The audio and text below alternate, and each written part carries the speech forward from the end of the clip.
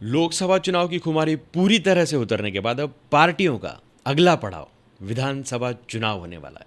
इसी कड़ी में हरियाणा विधानसभा चुनाव से जुड़ी एक दिलचस्प घटना सामने आई है।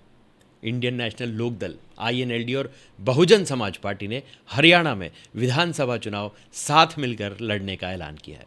असल में इनेलो नेता अभय सिंह चौटाला ने कहा कि हम हरियाणा में अपनी अपनी राजनीतिक पार्टियां बनाने वाले लोगों को साथ में लाएंगे जो बीजेपी और कांग्रेस दोनों के खिलाफ हैं, और हम एक ऐसा मोर्चा बनाएंगे जिसमें लोगों का भरोसा बढ़ेगा और आने वाले समय में इस राज्य में गठबंधन की सरकार बनेगी।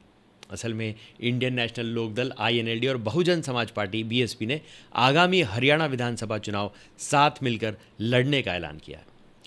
INLD नेता अभय सिंह चौटाला ने कहा कि आम आदमी की भावना यह है कि 10 साल से इस राज्य को लूटने वाली बीजेपी को सत्ता से हटाया जाए और कांग्रेस पार्टी को सत्ता से दूर रखा जाए। उन्होंने कहा कि हम हरियाणा में अपनी अपनी राजनीतिक पार्टियां बनाने वाले लोगों को साथ लाएंगे जो बीजेपी और कांग्रेस दोनों के खिलाफ है, और हम एक ऐसा मोर्चा बनाएंगे जिसमें लोगों का भरोसा बढ़ेगा और आने वाले समय में इस राज्य में गठबंधन की सरकार बनेगी। दोनों दलों के बीच हुए सीट के बंटवारे के तहत हरियाणा में 90 विधानसभा सीटों में से बसपा 37 सीटों पर चुनाव लड़ेगी, जबकि बाकी सीटों पर इनेलो चुनाव लड़ेगी। इनेलो नेता अभय चौटाला गठबंधन की ओर से मुख्यमंत्री पद का चेहरा भी होंगे।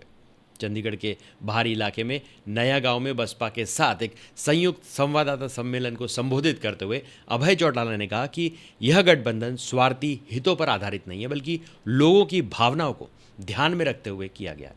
अभी से ही दोनों पार्टियों ने वादों की झड़ी लगा दी है। यह समझने की ज़रूरत है कि इन दोनों दलों की वहाँ ताकत क्या है, दोनों पार्टियां किस वोट बैंक को प्रभावित करने में सक्षम है। यह भी जानना जरूरी कि ये दोनों बीजेपी और कांग्रेस को कितना नुकसान पहुंचाएंगी। यह बात सही है कि बसपा लोकसभा चुनाव 2024 में अपने पुराने गढ़ यूपी में एक भी सीट नहीं जीत सकी। बसपा को 1.28 और इनेलो को 1.74% वोट मिले थे। विधानसभा में भी पार्टी का सिर्फ एक ही विधायक है। वहीं दूसरी तरफ इनेलो भी अपने वजूद के लिए लड़ रही है। बसपा की निगाहें दलित वोटर्स पर होंगी, जबकि इनेलो सब अपने जाट कोर बैंक को रिझाने का प्रयास करेगी। लेकिन फिलहाल बीजेपी कांग्रेस के लिए कोई मुश्किल खड़ी होती नहीं दिख रही है। जब पहली बार इनका गठबंधन हुआ तो उस जमाने में दोनों पार्टियों ने सीटें जीती थी, लेकिन हाल के समय में हरियाणा में बीजेपी और कांग्रेस अब मेन प्लेयर्स हैं। यह भी तथ्य है कि इनेलो में ही फूट के बाद जेजेपी अस्तित्व में आई थी और खट्टर सरकार के दुष्यंत चौटाला डिप्टी सीएम थे। अब जबकि इनेलो बीजेपी कांग्रेस के खिलाफ गठबंधन बना चुकी है, तो कम संभावना है कि जेजेपी इसमें शामिल होगी। अब तक जेजेपी ने पत्ते नहीं खोले हैं, लेकिन वह भी दमखम से मैदान में उतरेगी। यह संयोग है कि फरवरी 2019 में बसपा ने इनेलो के साथ अपना करीब 9 माह पुराना गठबंधन तोड़ दिया था। इनेलो उस वक्त हरियाणा में मुख्य विपक्षी दल था। चौटाला परिवार के फूट के बीच यह कदम उठाया गया था। सबसे पहले 1996 के लोकसभा चुनाव के दौरान यह गठबंधन हुआ था। तब INLD ने 7 और BSP ने 3 लोकसभा सीटों पर चुनाव लड़ा था। फिर दूसरी बार गठबंधन साल 2018 में हुआ, लेकिन उसी समय अगले विधानसभा चुनाव के पहले ही यह टूट गया।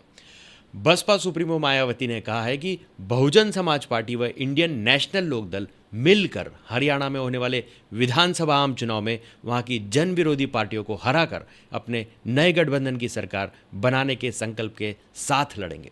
मायावती ने कहा कि हरियाणा में सर्व समाज हितैषी जन कल्याणकारी सरकार बनाने के संकल्प के कारण इस गठबंधन में एक दूसरे को पूरा आदर सम्मान देकर सीटों आदि के बंटवारे में पूरी एकता व सहमति बन गई है।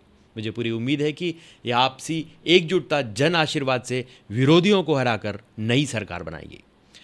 वैसे तो हरियाणा विधानसभा की मौजूदा सदस्य संख्या 88 है, जिसमें बीजेपी के पास 40 विधायक हैं। बीजेपी सरकार को पहले जेजेपी और स्वतंत्र विधायकों का समर्थन हासिल था, लेकिन बाद में जेजेपी ने अपना समर्थन वापस ले लिया था।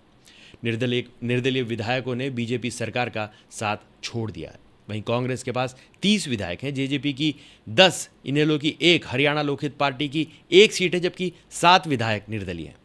यह मौजूदा आंकड़ा है, जबकि 2019 के विधानसभा चुनाव में बीजेपी ने 41 सीटें जीती थी, जबकि कांग्रेस ने 30, जेजेपी ने 10 सीटें जीती थी और 9 सीटें निर्दलीयों के खाते में आई थी। तो आज के लिए बस इतना ही, तब तक के लिए हंसते रहें, मुस्कुराते रहें, स्वस्थ रहें, व्यस्त रहें और मस्त रहें। जी हाँ, चैनल को भी ज़रूर सब्सक्राइब करें। धन्यवाद।